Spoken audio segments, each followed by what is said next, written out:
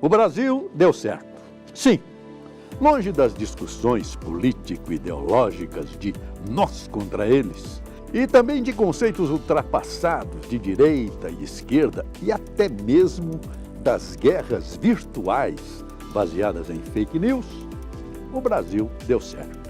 O Brasil da Amazônia, dos rios, dos empresários visionários que quebram barreiras e, acima de tudo, o Brasil da harmonização entre produção e meio ambiente, que faz do agronegócio uma mola propulsora para um país verdadeiramente do futuro. Meu convidado do programa de hoje abre um espaço em meio à sua agenda atribulada para falar sobre como é possível, mesmo em meio à pandemia do coronavírus, aliar algo atraente para as crianças em sua pasta e manter a liderança global na exportação de açúcar, etanol, laranja e outros produtos, mantendo a sustentabilidade de um setor cada vez mais importante para o nosso país. Natural de Orlândia, Gustavo Junqueira é um jovem administrador, atual secretário de Agricultura e Abastecimento do Estado de São Paulo. Produtor rural em diversos estados, ele é membro da Academia Nacional de Agricultura e ex-presidente da SRB, Sociedade Rural Brasileira. Neste dia 15 de julho, em que o Estado de São Paulo comemora um recorde nas exportações de carne bovina, com um total de 172 mil toneladas vendidas, mas que, ao mesmo tempo, lamentamos a morte de tantos brasileiros vítimas do coronavírus, faço menção a uma letra de Chico Buarque de Holanda e pergunto ao secretário: qual a parte que nos cabe deste latifúndio?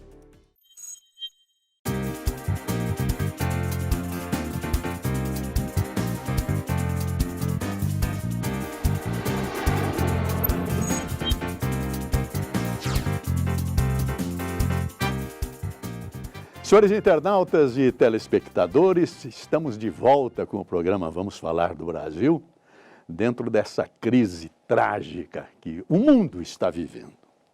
Mas tivemos todos o cuidado aqui no estúdio, todo mundo de máscara, com exceção do apresentador e do entrevistado, que hoje é um homem fenomenal e profundo conhecedor do campo onde atua. Eu falo de Gustavo Junqueira e, na verdade, eu deveria falar da família Junqueira, que, em meu modo de ver, e eu sou capial do interior, é a mais tradicional família ligada ao campo que eu conheço. Está aqui Gustavo Junqueira, o nosso secretário da Agricultura. Muito obrigado, secretário, pela sua presença. Começo perguntando de onde é essa família, porque o senhor é de Orlândia, mas a família acho que vem de Araraquara, não sei onde nasceu. O Cepo Junqueira. Joseval, primeiro, muito obrigado aqui pela entrevista, pela oportunidade de conversar com um ícone aqui da comunicação brasileira. É realmente uma oportunidade única. Joseval, a família Junqueira, ela vem de Portugal, 1750. 1750 teve um terremoto em Lisboa e com o terremoto um incêndio. E aquilo teve um efeito muito duro na economia portuguesa. E então o rei de Portugal resolve, então, eu vou dar umas terras no Brasil. Mas não tem ouro, não tem nada, é só trabalho e tal. Quem quiser eu pago a passagem de ida. E vieram dois irmãos que vieram da pequena cidade, de um vilarejo, na verdade, de Junqueira. E quando chegaram aqui, fizeram, então, uma família toda que está espalhada no Brasil. Começou no sul de Minas, começou ali em Caxambu, em Alfenas, naquela região, na fazenda Favacho e na fazenda Traituba.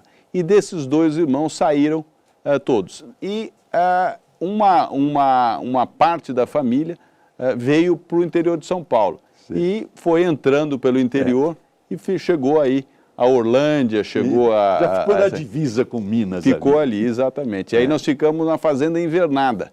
E de lá para cá, essa família foi crescendo. E eu sou a 9ª geração dessa família dedicada à atividade do agro. Então é uma história longa. Longa e bonita. Como os senhores veem, será um programa muito diferente, que já começa com a própria história da família Junqueira. O Gustavo Junqueira, por exemplo, que é o secretário da Agricultura, foi presidente da Sociedade Rural Brasileira. Quer dizer, você já tem, além do... E é produtor de soja, de grãos, de pecuária, inclusive fora de São Paulo. É tudo isso, Gustavo? Na verdade, eu fui presidente da Sociedade Rural Brasileira, que no ano passado completou 100 anos, Joseval. São poucas as instituições... Também veio de Portugal com a sua família.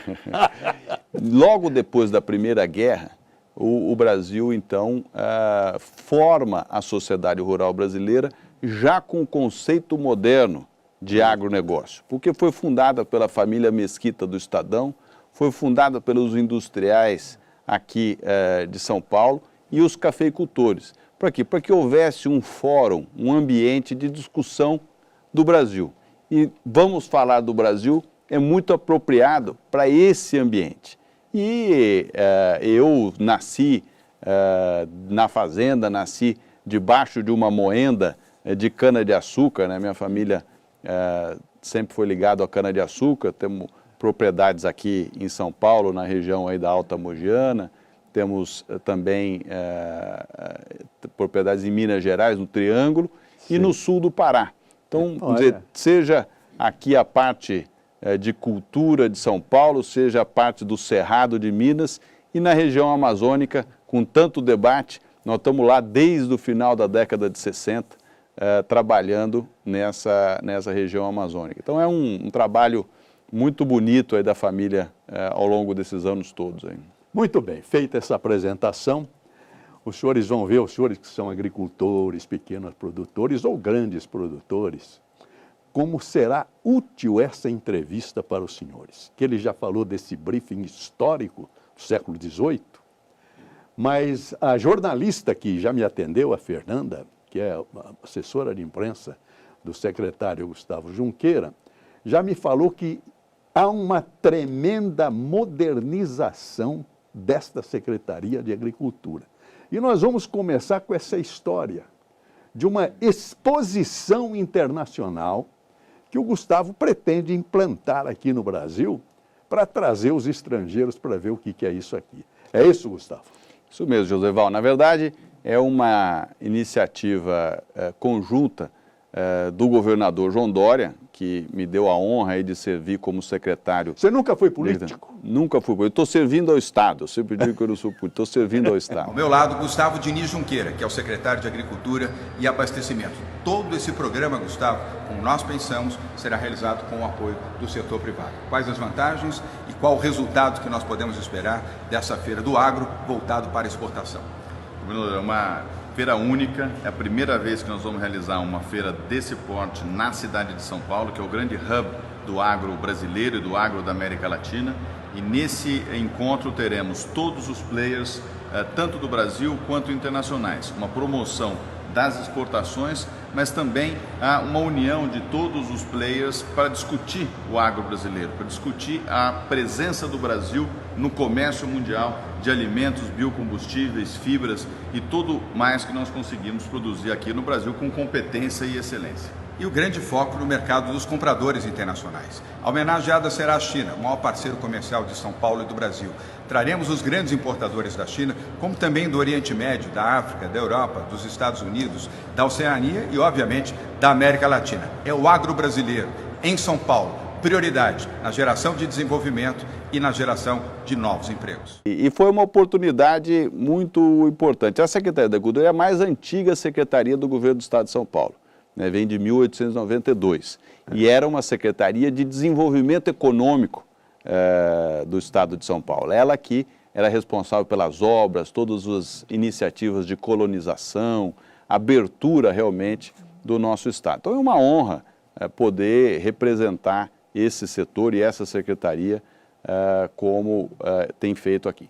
Contando a história do agro, contando essa potência que é o agro do Brasil e o agro de São Paulo, o governador então, vamos fazer uma feira, mas uma feira diferente, para que a gente consiga trazer para o Brasil os estrangeiros, para que eles possam ter a mesma experiência real que nós temos aqui todos os dias, conhecendo esse agro que é a coluna vertebral da economia, da cultura, do desenvolvimento do Brasil. E um agro moderno, né? O agro aqui do Brasil é o único agro no mundo que é de fato um agro de mercado. Ele não tem subsídios, ele é regido por regras do setor privado. De fato, o empresário é o grande protagonista do agro no Brasil, diferentemente dos outros lugares do mundo. Então a feira é para mostrar que o futuro do agro, o futuro da agricultura, o futuro da produção de alimentos é o presente do agro brasileiro. Então é essa a visão que o governador abraçou e teve para que a gente possa fazer então a Agro Expo International, que vai ser uma feira que vai reunir aí importadores e os exportadores brasileiros para mostrar tudo de bom. Nunca houve isso no Brasil, né? Nunca houve. As feiras aqui são feiras focadas no mercado doméstico, né? Na venda de máquinas, na venda de máquinas para a indústria, tratores, comercialização, promoção, mas nunca internacional. E isso vem num momento muito importante, secretário, porque a fama do Brasil é trágica lá fora. Por exemplo, as queimadas. Imagina-se que são os nossos agricultores que estão tocando fogo na mata. E não é, né, secretário? Tem que mudar essa ideia, né? Não é, Lá fora. É isso. Eu acho que nós temos dois mundos aqui, e eu diria que mais do que dois. Nós temos vários mundos, né? O agro, ao longo da sua história e ao longo dos últimos anos, foi percebido como uma unidade única, vamos dizer, o agro brasileiro.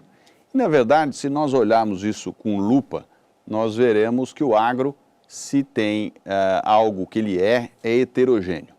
Nós temos o pequeno produtor, o médio, o grande, o produtor do Rio Grande do Sul, o produtor de São Paulo, o produtor do Mato Grosso, o que faz agricultura, o que faz pecuária, o que ganha dinheiro, o que perde dinheiro. E, de fato, esse agro é um conjunto da sociedade brasileira. As queimadas, a expansão que a gente vê na Amazônia, primeiro há incêndios espontâneos, certo? Pega-se fogo. Em São Paulo, é um exemplo, nós paramos com a queima da cana-de-açúcar há 10 anos atrás, com uma visão de união da sustentabilidade e da produção. No entanto, nós temos a palha da cana que fica sobre o solo. E isso você tem uma série de estradas, você tem o calor, e isso também provoca incêndios. Na Amazônia, acho que o que nós temos aqui é um conjunto de características que precisam ser melhor comunicadas. Não há uma disposição do produtor rural, do agricultor, do pecuarista em colocar fogo no seu próprio patrimônio. Agora, sem dúvida alguma, há ações ilegais que precisam ser combatidas. Não há como o governo abrir mão desse território e fazer isso uma terra sem lei. Isso precisa é uma parte da polícia, né? Não é da agricultura, né? Não é verdade? É como a criminalidade. Nós vamos ter crime zero. Seria ótimo, mas não é, na prática, uma possibilidade. Então, os incêndios ocorrem, precisam ser coibidos, precisam ser trabalhados para que a gente faça cada vez mais uma agricultura sem esses fogos, mas nós não podemos recriminar toda a produção brasileira por conta de alguns elementos que têm feito coisas erradas. Né? Secretário Gustavo Junqueira, eu li na sua biografia, me preparando para enfrentá-lo aqui. Imagina. que o senhor foi um dos idealizadores, ou pelo menos um dos líderes, de uma ação judicial no Supremo Tribunal Federal para permitir que estrangeiros venham a possuir terras no Brasil. Como é que está isso?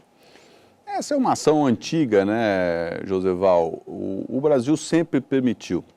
Nós temos aqui companhias centenárias também que trabalham no Brasil e que desenvolveram junto conosco a agricultura. O Brasil é um país de estrangeiros, nós não podemos esquecer disso. Todos nós. A América é um país de estrangeiros e nós crescemos e desenvolvemos com a ajuda dos italianos, que tem aí a família Biagi, família Ometo, todos eles construíram toda essa força do setor de açúcar e álcool que nós temos em São Paulo. Nós temos os árabes, os libaneses, os japoneses. Os japoneses em São Paulo eram o que hoje chamam de agricultura de precisão. Nós chamamos de migração japonesa, que fizeram todo esse cinturão verde que nós conhecemos aqui. Portanto, o investimento estrangeiro no Brasil, em terras, não há diferença nenhuma de um investimento em um shopping center, de um investimento em uma fábrica, de um investimento a qualquer outra atividade econômica. A terra, ela hoje, tem muito mais capital investido em cima da terra do que embaixo da terra, do que a terra em si.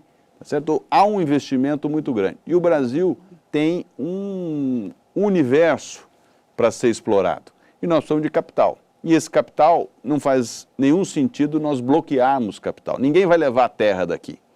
Se fala muito em soberania. Não, mas nós estamos vendendo a nossa soberania. Não. A soberania de um país, Joseval, ela está fundamentalmente na sua moeda e na sua segurança jurídica. Se nós perdermos a moeda e perdermos a segurança jurídica, nós perderemos a soberania. Mas não com investimento em terra. Ninguém vai levar a terra do Brasil. Pelo contrário, vai investir. É verdade. O senhor participou de vários fóruns mundiais nesse setor. Lá fora, como é que é isso? Você tem critérios diferentes em locais diferentes. Em toda a Commonwealth, que é os países ligados ao antigo Império Britânico, você aluga a terra. Você aluga por 99 anos, então tem um processo de... Nos Estados Unidos você compra, há uma discussão se compra grandes áreas menores. Mas essa comparação ela é importante, porque sim, é um fato, mas ela não é a única avaliação, porque o Brasil tem um agro diferente. O Brasil é o único país do mundo que tem um agro de mercado. De fato, aqui, o governo tem uma relação mínima no que tange a atividade econômica do agronegócio brasileiro. É um produto do esforço, do empreendedorismo dos indivíduos, dos empresários, seja na produção, seja na exportação. A relação Brasil-China, por exemplo, que se discute tanto, ela nunca foi feita pelo governo. Não é o governo que foi lá e fechou um grande contrato de exportação. Ela foi feita pelas empresas, seja no Brasil, seja na China. E a partir dessa relação empresarial é que cresceu e virou esse colosso que nós temos hoje. Então, investimento em terras, ele é mais um instrumento de trabalho para que a gente possa desenvolver o nosso negócio aqui. Secretário, o que dá orgulho para a gente aqui, nós que somos da parte mais antiga, conhecemos lá atrás o que era agricultura. Eu, com meus 18 anos, cheguei minha primeira carteira de trabalho foi na Companhia Química Ródia Brasileira, vendendo BHC 3% para o algodão na região da Sorocabana. Como mudou a nossa agricultura no campo da tecnologia? Como é que o senhor vê isso na sua secretaria? Joseval, a agricultura do Brasil, a agricultura de São Paulo, ela é fundamentalmente uma agricultura científica, tecnológica. Achei o nome, é isso mesmo. Isso. Ela não é uma agricultura de costumes, ela não é uma agricultura de tradição. O produtor rural brasileiro, ele é fundamentalmente um consumidor de tecnologia. Então, se você mostrar para ele que faz sentido, seja a sua venda lá de BHC, lá atrás, vai matar o bicudo, vai dar certo, eu estou comprando. Eu vou comprar. Se não é comprovado, se não tem eficiência, eficácia, o produtor não vai usar porque alguém sugeriu a ele que usasse. Então, é fundamentalmente tecnológica. Nós fizemos aqui, outro dia conversando com o ex-ministro Alisson Paulinelli, que é um farol para todos nós aqui na agricultura do Brasil, eu disse a ele que ele, assim como o Armstrong, né, que pisou na Lua, ele pisou no Cerrado. Dizer que é uma honra dividir aqui o palco com o ministro Paulinelli. É sempre uma aula ouvir e conviver com essa lenda viva que é o nosso ministro. Eu sempre digo que na década de 60, os americanos, liderados ali pelo presidente Kennedy, tomaram a decisão de colocar o homem, na verdade, o americano, na Lua. E uniram aí as melhores cabeças. No mesmo momento que os americanos buscavam fazer o inimaginável, os brasileiros faziam exatamente o que o ministro Paulinelli descreveu aqui. E tudo isso baseado nas melhores cabeças, na ciência, ou seja, a pesquisa fez com que o Brasil tivesse não só a primeira e a maior agricultura tropical de escala no mundo, mas eu diria que uma agricultura baseada em ciência. O governo brasileiro e o governo americano são irmãos aqui, siameses nesse desafio. O presidente Kennedy falou, não, eu vou colocar o americano na Lua. E colocou, fez um trabalho, montou a NASA, fez todo um desafio enorme aeroespacial e desenvolveu toda aquela indústria. O brasileiro falou, não, eu vou colocar o produtor rural no Cerrado. E nós construímos o que era inimaginável, uma terra fraca, ácida, sem a menor estrutura para se trabalhar, sem infraestrutura, sem presença humana, porque não tinha ninguém no Centro-Oeste.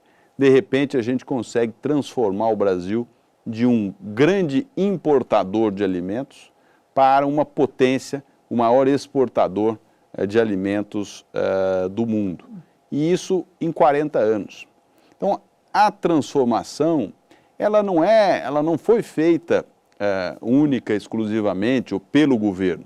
Ela foi feita pelos empresários, que acreditaram nos pesquisadores, nos cientistas, e tomaram o risco de aplicar aquela tecnologia no dia a dia, no seu desafio do seu trabalho. Então, é uma transformação realmente de um laboratório a céu aberto. Muito bem, só para mostrar que eu também conheço alguma coisa, senão eu perco meu emprego, só ele fala. Quando ele falou aí de tecnologia, de mudar o Mato Grosso, há 40 anos, quando ele se referiu, dizia-se que o Mato Grosso jamais teria o colonião, porque a terra é muito fraca e o boi arrancaria a toceira. Aí se criou a braquiária decubens e a umidícola. Gostou, Hélio? Gostou? Não foi isso, secretário? Isso mesmo. Que é a tecnologia, e hoje o Mato Grosso e aquela região é um grande produtor e exportador de grãos. Agora eu tendo para o outro lado. Essa tecnologia não pode destruir a natureza? Como é que o senhor equaliza isso entre o avanço tecnológico e a defesa da natureza? Josival, eu acho que justamente o contrário. Eu acho que se há um ambientalista de raiz, é o produtor rural.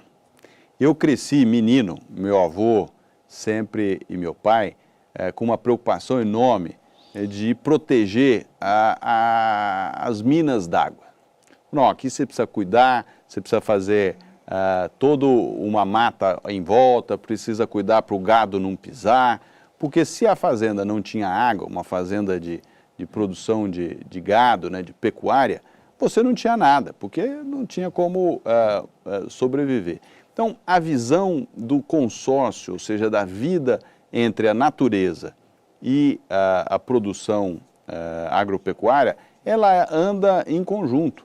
As curvas de níveis, né? Você deve lembrar, ou seja, se chove muito num país tropical, nós levamos toda aquela matéria orgânica morro abaixo e para os rios. Fizemos o plantio direto. O que é o plantio direto? Se fala muito, mas, ou seja, a partir do momento que nós tomamos a decisão, na década de 70, de não mais copiar os americanos ou os europeus na sua maneira de tratar o solo, porque nós temos um solo tropical, um clima tropical completamente diferente, o Brasil então começa a inovar.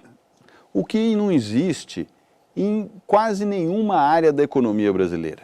Com exceção, eu diria, da aeroespacial, da Embraer, o agro é o setor que mais inova. E a cada rodada, como nós temos safras todos os anos, a cada rodada desse jogo nós estamos inovando mais. Então, uma inovação em cima da outra. Ou seja, nós então trouxemos o plantio direto, que não mais rasgávamos a terra com os arados, mas sim deixávamos aquela matéria orgânica em cima e plantávamos em cima daquela própria área, diferentemente dos europeus que aravam a terra, por quê? Porque eles vinham do inverno. Então eles precisam pegar a parte mais quente, debaixo da terra, para poder, a parte mais quente de cima da terra, onde o sol estava batendo, para poder colocar a semente e ela germinar. Aqui, ao contrário, você tem que manter a terra protegida. Então, toda essa relação entre meio ambiente e agricultura e pecuária, todas as pastagens são pastagens introduzidas no Brasil. Não é pastagem natural como é na Austrália, nos Estados Unidos, na Argentina. Não, nós fomos lá, buscamos as braquiárias, os coloniões, na África e colocamos aqui. O Nelore, que é o nosso boi brasileiro, ele é indiano. Nós fomos buscar um animal mais robusto, mais adaptável, para que ele pudesse crescer aqui. E, no fundo, nós fizemos essa potência da pecuária, da proteína animal mundial. Ou seja, toda essa relação, a relação com as florestas, elas são algo que o Brasil aprendeu a entender o seu ecossistema e trabalhar. As matas ciliares, que hoje é uma realidade. Ou seja, todos os rios são protegidos por essas matas ciliares. São aqueles 20 metros, né? Depende da região, tem uma faixa do leito do rio que precisa ser protegido. Então, todas essas iniciativas, e são milhares, elas aconteceram onde? De onde elas saíram, em sua grande maioria? Das escolas de agronomia de São Paulo, de Minas, do Paraná. Ela não saiu de Copacabana. Ela não saiu de um ambientalismo urbano. Né?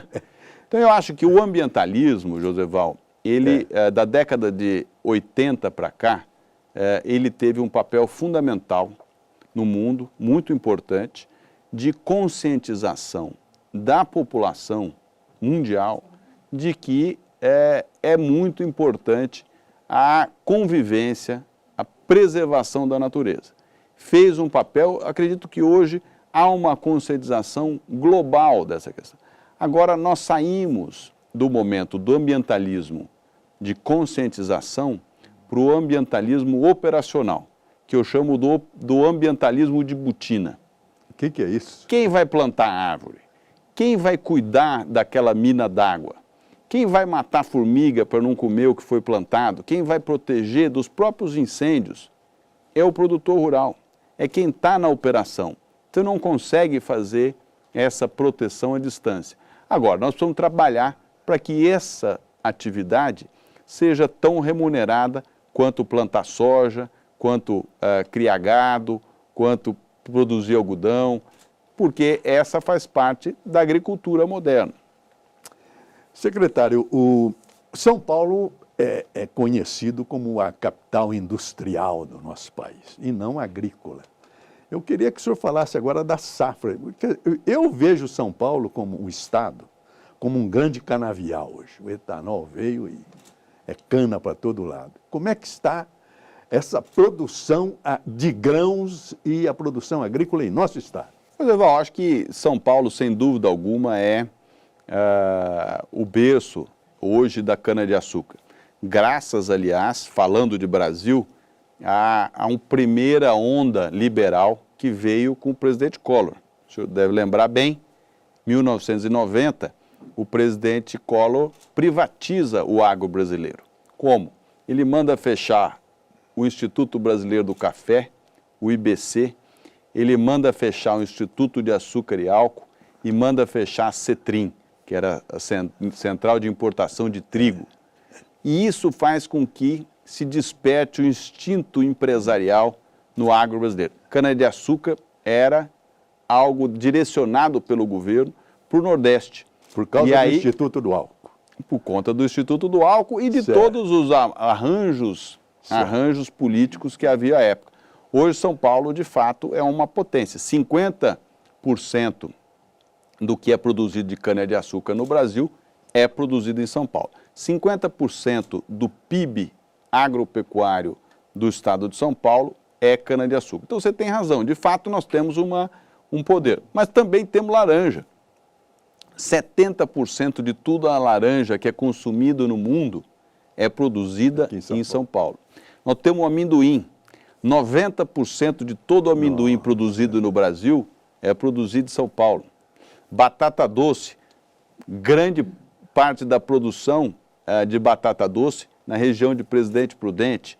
Nós temos a própria produção de proteína animal. Nós não temos o maior rebanho, que está com Mato Grosso, com Pará, nas áreas mais ao norte, mas nós temos, sem dúvida alguma, a maior produção de carne. O café saiu daqui, ou não? O café é menor, o café foi mais para Minas, mas nós somos o quarto maior produtor de café. Mas 82% da exportação de café sai pelo daqui. Porto de Santos. Então, nós temos hoje produção de azeite com olivas, nós temos vinho, não sei se você já tomou o vinho ali de Espírito Santo do Pinhal, tem vinhos maravilhosos, ganhou competição na Europa. Queijo. Mas isso não é divulgado, né, secretário? Ele é divulgado... Vinho, no máximo é gaúcho, era de São Roque. Agora o vinho Antigamente era Bordeaux com acento circunflexo no O. Agora não, agora é um vinho que ganha medalha de ouro em Paris. Então, a tecnologia, mais uma vez... Copiando a grafia Bordeaux da França. Isso aí. Mais uma vez, a tecnologia traz para o Brasil, para São Paulo, o protagonismo em tudo que se dá na terra, seja alimento ou não alimento. Nós somos um dos maiores produtores de papel e celulose. A Bracel, que é uma empresa ali em Lençóis Paulista, está investindo 7 bilhões de dólares para fazer a maior empresa, maior fábrica de celulose solúvel do mundo. Nós temos também, Josival, a parte toda da agroindústria. 58% de tudo que é produzido no Brasil, nas terras brasileiras, é transformado em alimentos pelas indústrias brasileiras. Então, o agro também é uma potência industrial. A John Deere, que é uma das fábricas de tratores do mundo, o maior mercado dela é nos Estados Unidos. Mas o segundo mercado e o que mais cresce é o Brasil. Olha só. Então, a parte de fertilizantes, químicos, tudo isso tem o seu berço em São Paulo. É aqui que se faz. E, obviamente, nós temos uma parte da ciência, seja genética animal, seja toda a parte de biológica, porque o futuro é biológico. Então, nós vamos substituir muitos dos agentes químicos por agentes biológicos. É feito aqui em São Paulo. O Instituto Biológico, por exemplo, tem ali o berço de toda a indústria de bioquímicos do mundo. Então, acho que esse agro que não é divulgado, nós divulgamos da maneira que a gente tem feito. Faremos essa feira que nós conversamos aqui. E eu, pessoalmente, tenho feito um esforço para que esse agro de São Paulo seja feito. Desde a primeira semana, Josival, desde a primeira semana de governo, todas as sextas-feiras, nós nos reunimos com o governador João Dória, eu e todos os demais secretários. E toda sexta-feira eu levo um produto do agro paulista, para que todos conheçam onde é feito, como é feito, quanto é produzido. Então, são maneiras da gente divulgar e aprender. Até entre nós, né? O senhor falou em trator, outro dia, secretário, eu parei ali na região, porque eu estou também ali na região de Salto do Pirapora, região de eucaliptos, onde se extraem as madeiras para vir para São Paulo, se transformar em papel, celulose e tal. Eu vi uma máquina cortando os eucaliptos, eu fiquei impressionado, eu parei o carro. A máquina vem, abraça, puxa, corta, desgalha e tira. Dobra. Em 20 segundos cada árvore. É impressionante. Quer dizer, é tecnologia. Nós voltaremos dentro de instantes e, importante, eu vou tocar logo na abertura no financiamento. Ver como é que está isso para a sua informação, que espera algo do governo nesse campo. Dentro de instantes.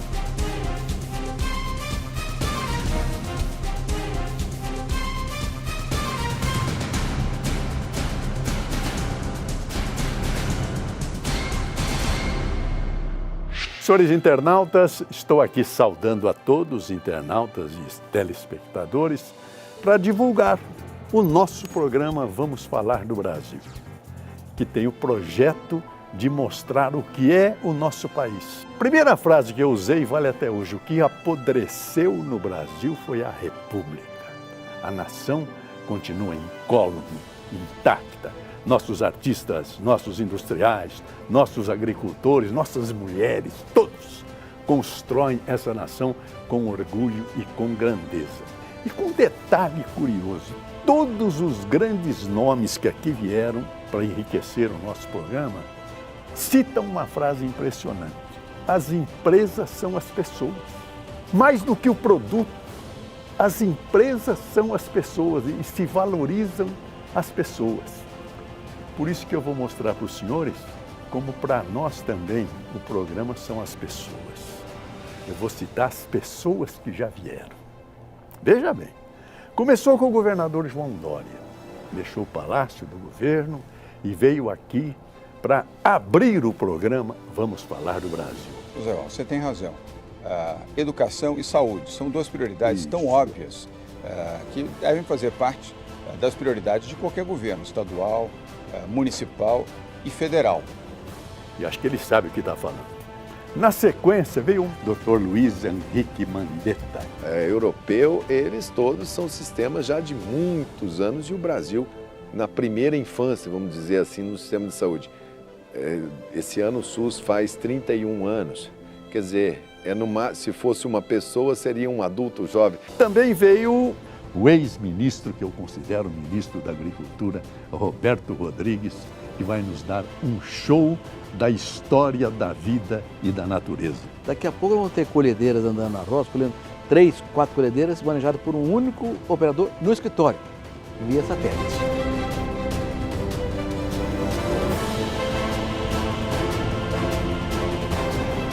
Como os senhores veem, também para nós, as empresas e os programas são as pessoas.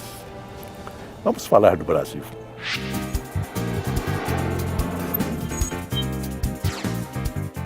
Senhores internautas, estamos de volta. Evidente que com todas as cautelas que a pandemia impõe a nós outros, mantendo essa distância, né, que é necessária.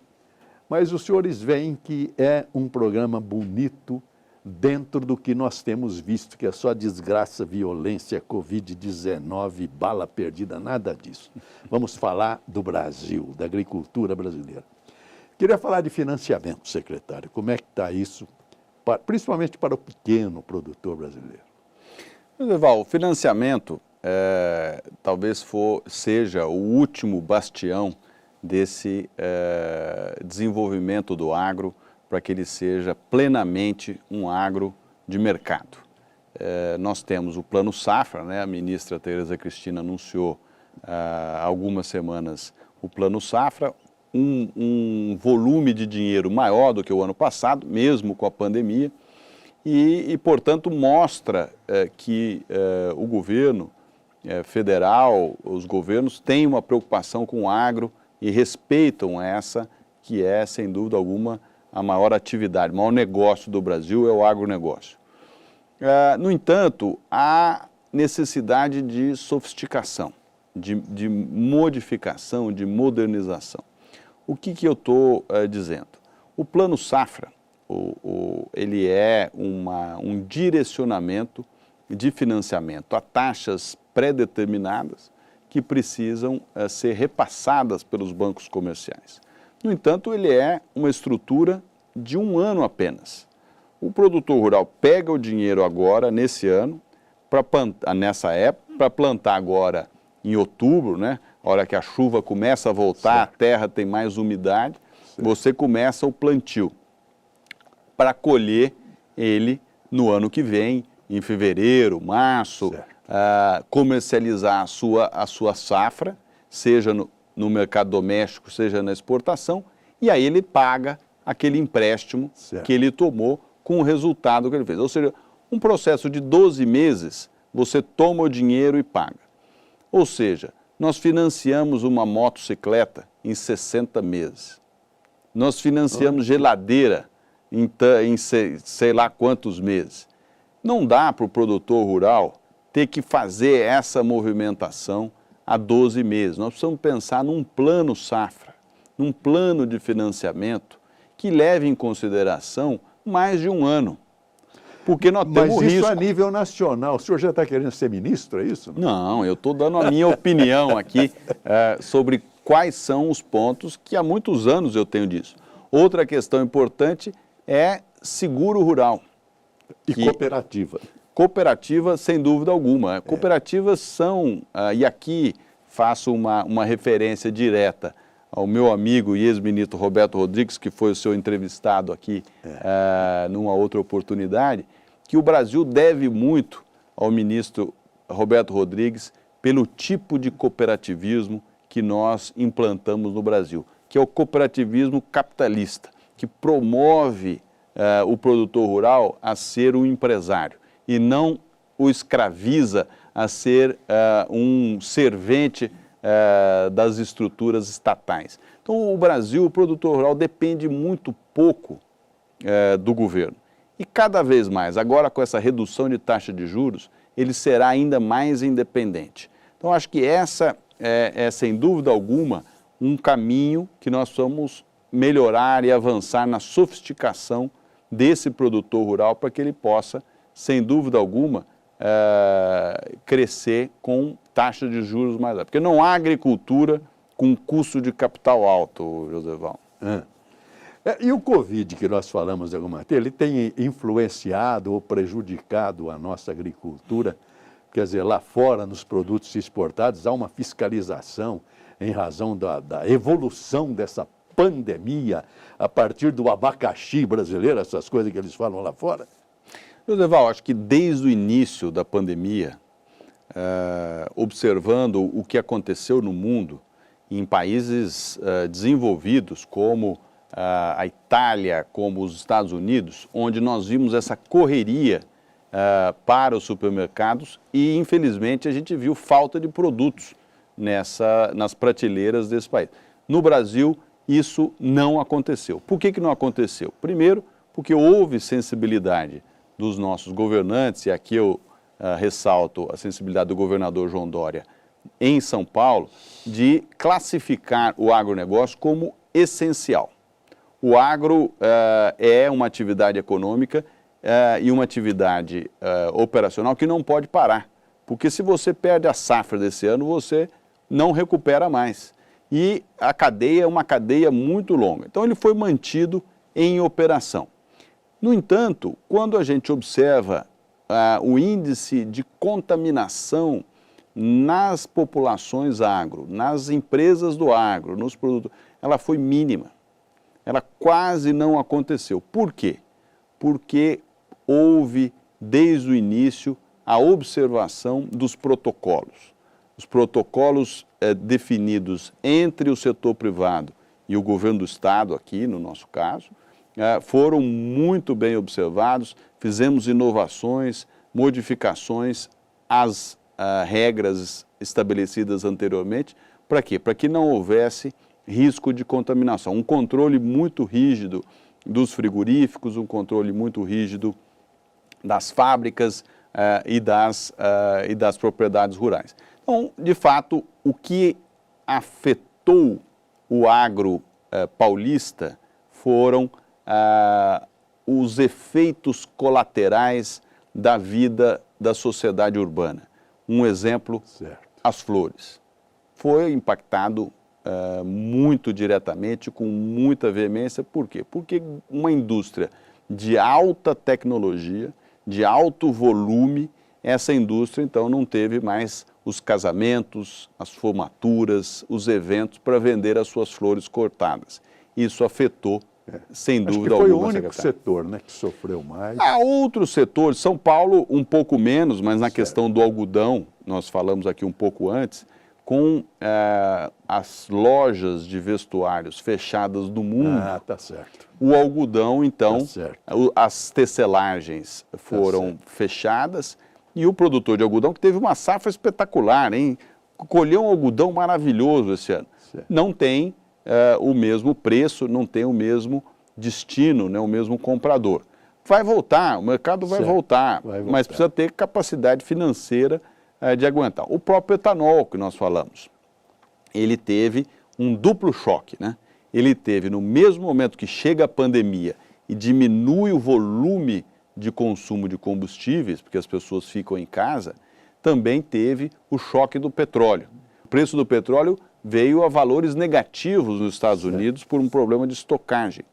Então nós tivemos semanas aqui que o consumo caiu 70%. O preço do etanol ainda está grudado no preço da gasolina ou isso, que é o que liquidou a produção, ainda continua? O etanol ele tem uma dinâmica que ele acompanha a gasolina por conta da eficiência dos motores. Certo.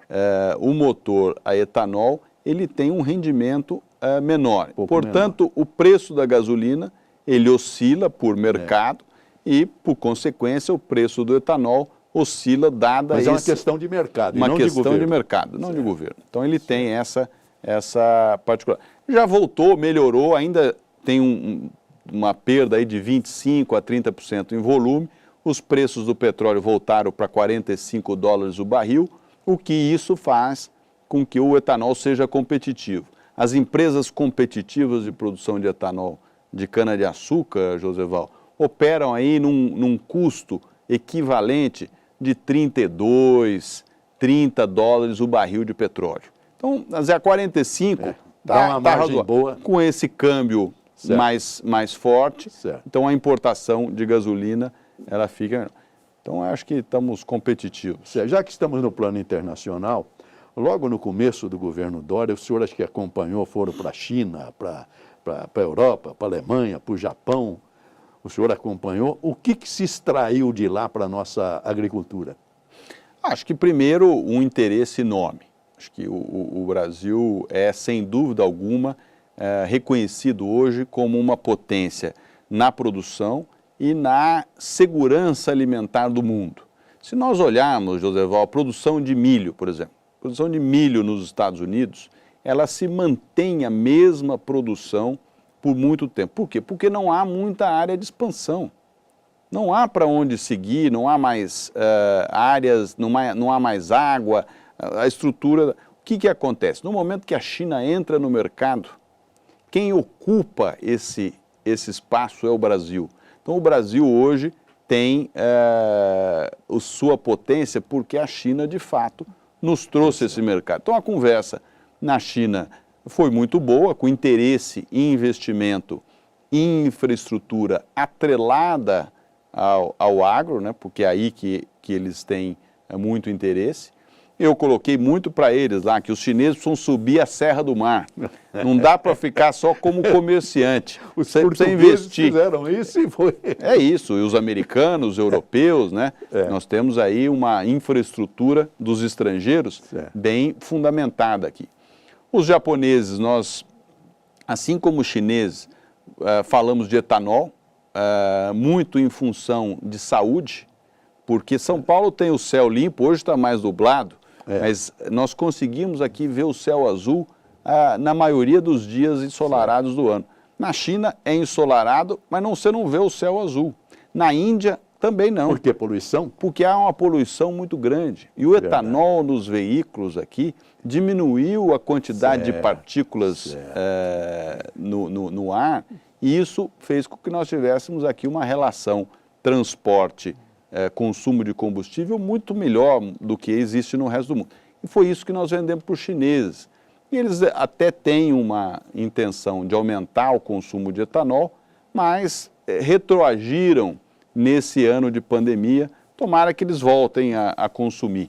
Ali, Joseval, se eles colocarem 10% de mistura na gasolina, lembra que nós temos 27 aqui no Brasil. Eles consumiriam mais ou menos a metade da produção brasileira. Nossa. Então tem um espaço muito grande ainda. Tem. Já que nós estamos no plano internacional, há alguns anos eu venho lendo um acordo entre o Mercosul e a Comunidade Europeia, o acordo econômico. Como é que está isso, secretário? Foi aprovado, né, Joseval, no ano passado, entre o mercado comum europeu. Mercado comum. Foi negociado por muitos anos, né? Logo que o governo Bolsonaro entrou, o ministro Paulo Guedes, em conjunto com a ministra Tereza Cristina, fecharam um acordo com a União Europeia e, a partir daí, esse acordo precisa ser ratificado por todos os congressos dos países e, portanto, há aqui uma oportunidade muito grande para o Brasil, de fato, ter aberto um mercado de 500 milhões de consumidores, um consumidor que representa 17% de todas as importações do mundo, então um grande consumidor, e a maior renda per capita de consumidores do mundo. São mais ou menos, se não me falha a memória aqui, aproximadamente 35 mil dólares por ano de renda per capita. Então é um mercado enorme para o Brasil. Muito rico. Em tudo. Agora, nós precisamos fazer a nossa parte aqui, que é negociar bem a questão das nossos interesses, que é preservar o nosso agro de uma maneira competitiva, mas ao mesmo tempo olhar as nossas reservas florestais, as nossas florestas, para que elas sejam também apresentadas da maneira correta, porque nós preservamos aqui 66% do território nacional é coberto de vegetação nativa. É a maior preservação mundial que existe. E, por outro lado, nós estamos percebidos como os grandes desmatadores e incendiários do mundo. Então, nós precisamos mudar essa visão. Não falta uma promoção lá fora? Porque isso é uma fake news que nos destrói, não é, secretário? Acho que não só fake news, Joseval. Acho que tem, de fato, incêndios e derrubadas ilegais. Sim, mas não é feita pelos agricultores, não é feita. É isso. Mas, de qualquer maneira, nós precisamos ter uma posição firme do governo brasileiro e é o que eu digo, nós temos que fazer a diplomacia do agro, né? Nós precisamos envolver toda essa questão ambiental debaixo de um mesmo guarda-chuva que é produzir com eficiência e proteger com eficácia. Né? Verdade. Então, acho que essa é a política. E exportar. Vamos mudar. CEAGESP. Como é que fazemos com o CEAGESP? Como é que está a nossa secretaria encara tudo isso? Porque O CEAGESP também já é antigo demais, tem uma série de problemas. Outro dia, apreensão até de cocaína no CEAGESP. Quer dizer, como é que está isso, secretário? Eu tenho ouvido falar que nós vamos fechar e abrir um novo centro de negócios agropecuários. É isso. São Paulo. É isso. Na verdade, Joseval, nós fizemos ali uma transferência irresponsável lá atrás, no governo Mário Covas ainda. Foi a última crise fiscal, antes dessa que nós estamos vivendo agora, com a pandemia que nós tivemos aqui no Brasil. O governador Mário Covas negociou essa questão e pagou a crise fiscal e organizou o Estado com 3 grandes ativos. Ele pagou com o Banespa, ele pagou com a FEPASA e pagou com o CEAGESP. O Banespa e a FEPASA, o governo federal vendeu e o CEAGESP ele abandonou.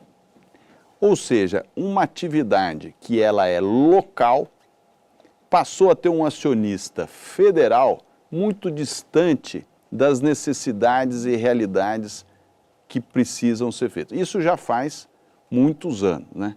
Isso já vai lá atrás, desde o Mário Covas. Então, agora o que nós fizemos? No início do governo do governador João Dória e do presidente Bolsonaro, nós fizemos um acordo de que o CEAGESP seria fechado. Aonde ele se encontra, aquela região toda seria transformada numa grande desenvolvimento imobiliário com foco em ciência e tecnologia. E o CEAGESP não mais seria uma responsabilidade do Estado. Nós fizemos a privatização da atividade, não da empresa CEAGESP, da atividade.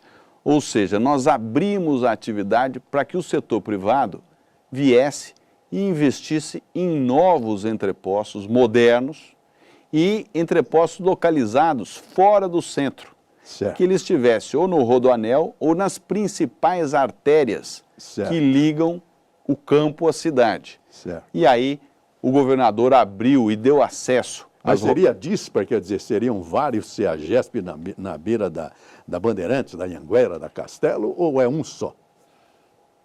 Esse é um tema. O mercado é soberano, Joseval.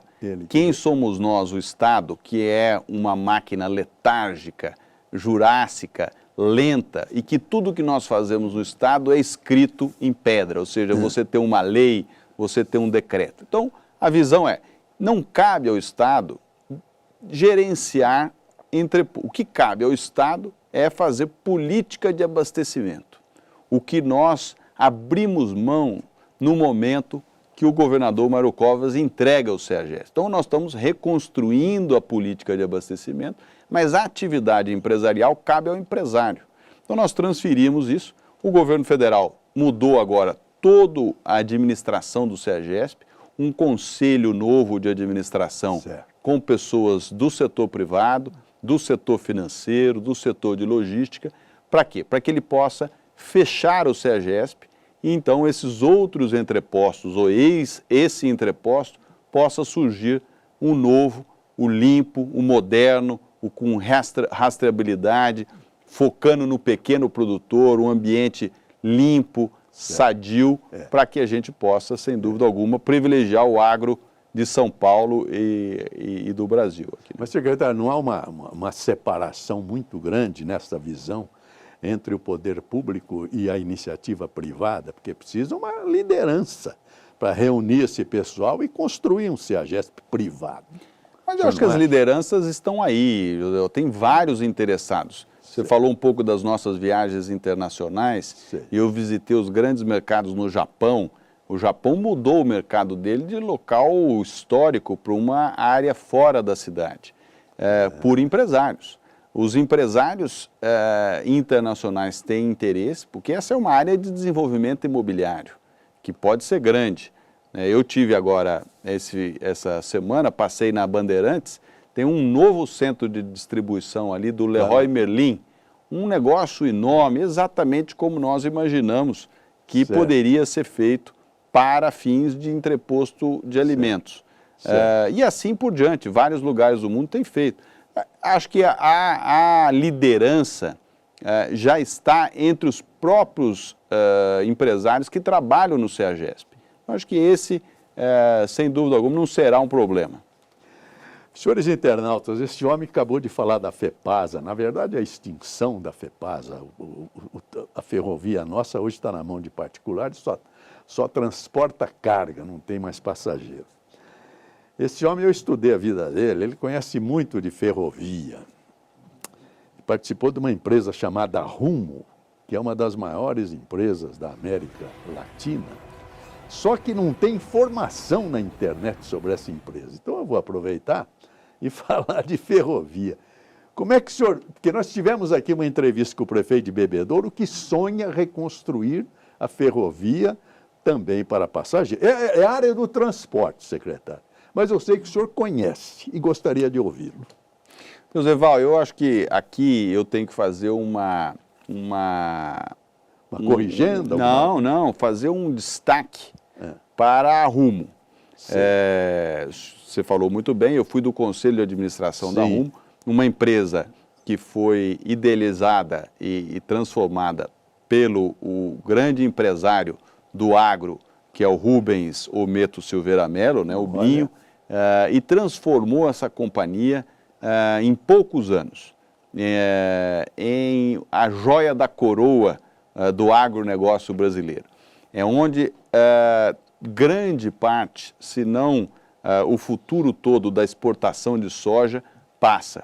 Então os trilhos da Rumo vêm lá de Rondonópolis, no Mato Grosso, até o Porto de Santos. E passa agora a contar com a renovação, ele renovou o contrato por mais 30 anos e vai reformar toda a malha paulista. Tudo aquilo que você conheceu vai reformar tudo. Para a carga. Acho que essa é, sem dúvida alguma, uma razão importante para o transporte de grãos, o transporte de açúcar, transporte de líquidos. Você imagina, Joseval, a Rumo vai trocar todas as passarelas que tem sobre os trilhos aqui no interior de São Paulo. Por quê? Porque ele vai trazer a soja do Centro-Oeste para cá e vai devolver produtos paulistas, produtos industrializados, manufaturados, com o que eles chamam de vagões double-deckers. Ou seja, são 2 containers, um em cima do outro. E aí, São Paulo vai levar tudo isso lá para o Centro-Oeste. Então, acho que tem um trabalho aqui muito bem feito e que vai trazer ganhos de custo, de escala, de volume. Sem dúvida alguma, é uma retomada das ferrovias, o que é muito importante. Agora nós vamos sair dessa estratosfera onde ele flutua com toda essa galhardia e trazer aqui para o chão. Eu ouvi uma entrevista desse secretário sobre a invasão dos javalis nas fazendas brasileiras. Eu não sei se eu ouvi direito, mas ele falou em esterilizar o javali. É isso que o senhor falou? Eu ouvi direito, secretário? É isso aí. Não precisava exterminar, mas como não dá para exterminar, nós vamos esterilizar. Mas é muito séria essa invasão de javali. Muito séria, Joseval. O javali, ele foi introduzido aqui, né? Então ele não é um animal local. E ele fugiu, trouxeram aqui um tempo atrás, compraram esses javalis na Europa, colocaram aqui e o javali, então, um dia o sujeito quebrou. Ele perdeu, e aí aquele javali fugiu do curral dele ali e começou a se misturar, tanto com o porco caseiro, esse porco grande, né, esse landrace grande, branco. Então ele ficou um bicho feroz, um bicho selvagem, com tamanho de porco comercial. E isso virou uma pandemia, porque ele se reproduz numa velocidade muito grande. Nossa. Ele ataca a parte ambiental, porque ele vai ali e faz justamente o que eu falei que não pode fazer. Ele vai nas nascentes dos rios e vai cavucando até secar. Nossa. Ele entra na produção, na plantação de milho, e é incrível, ele vai lá, dá uma mordida na espiga e vai para outra. E vai destruindo os campos de cana-de-açúcar, vai destruir. Então é uma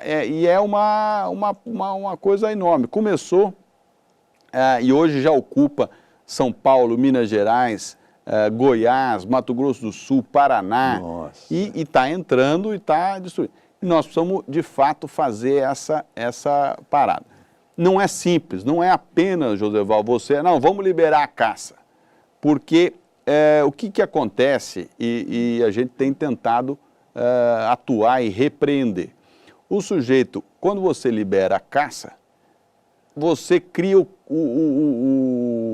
produtor de javali, porque ele vira o safari, vira um negócio. É capaz Então de aí aumentar. ele aumenta, a Certo. produção começa. Então nós temos tá que certo. saber como fazer. O que nós estamos fazendo? Nós vamos fazer uma experiência, de fato, usando nossos institutos de pesquisa para produzir um método de pesquisa onde a gente prende primeiro esses javalis nas fazendas do estado, depois todo um processo através da ração, através onde a gente vai introduzindo os javalis estéreis e devagar você vai diminuindo a população. Não, temos que matar todos os javalis. O Texas, por exemplo, que é um estado que tem bastante arma, bastante caçador, não consegue terminar com o javali. Então, ele tem que ser uma mistura de várias iniciativas para que a gente possa fazer o controle dessa praga. E acho que não vai ser fácil, mas nós estamos atuando para fazer acontecer. Senhores telespectadores e internautas, esta é a entrevista deste homem que tem história na agricultura brasileira e hoje comanda a nossa Secretaria da Agricultura do Estado de São Paulo. Como os senhores viram, a agricultura mudou.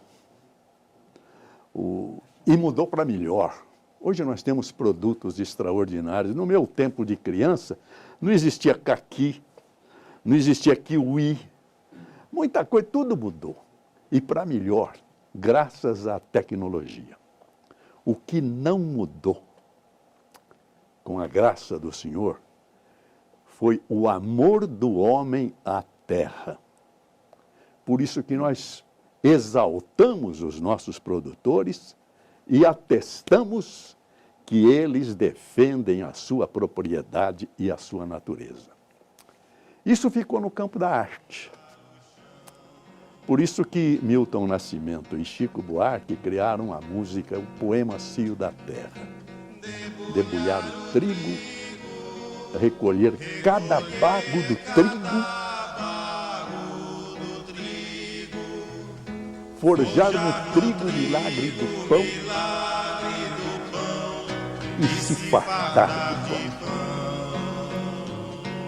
Decepar a cana, recolher a garapa da cana, roubar da cana a doçura do mel e se lambuzar de mel.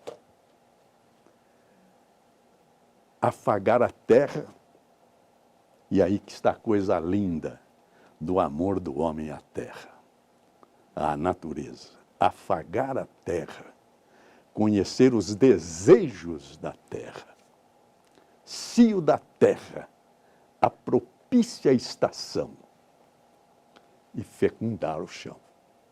Senhor secretário, muito obrigado pela sua presença no nosso programa Vamos Falar do Brasil. Sem nos tocarmos, a gente se levanta agora, porque chegou ao fim deste programa espetacular que fala da produção brasileira e da grandeza dos nossos homens que conduzem este país para um projeto futuro, se Deus quiser, maravilhoso. Obrigado, secretário. Muito obrigado. Eu que agradeço, Joseval. Prazer estar aqui com você. Vou voltar sempre, hein? Se Deus quiser.